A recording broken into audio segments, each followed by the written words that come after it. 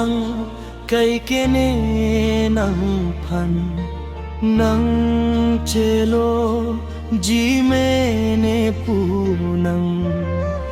ne kaya lo tialongan bon tanang chelo le nang kanghon mekri meklang ne jorani wang nang chingtung chari ne nang pham bang thunan kang ho nang ne kaya lo nang le ave te ne som dum ji ko som bang thunan kang ho nang ne kaya lo nang le ave te ne som dum ji ko som.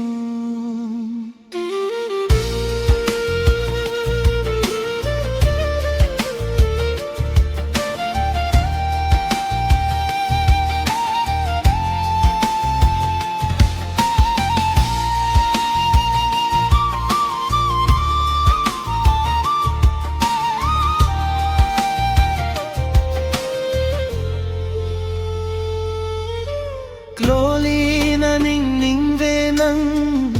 kachirua se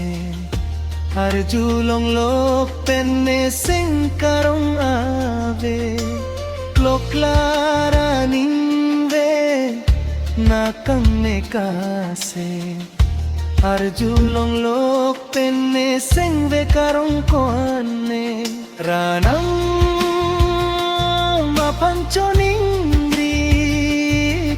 kenang rengdok rengi pensi som dun po bangso apirbi bang thunon kang ho nang ne kaya lo nang le ave te ne som dun ji ko so bang thunon kang ho nang ne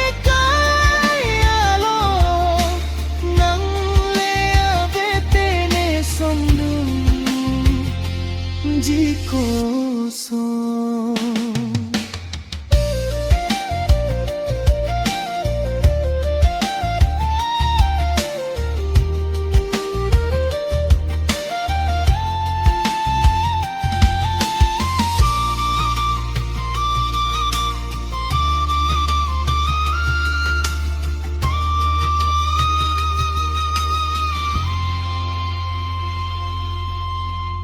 Kang ho ne tum lang chak ka chi pi mo seng kreng nang le lo te nang lo ji ne tum ma hor bong hor the peng si nang ri di an bon tanon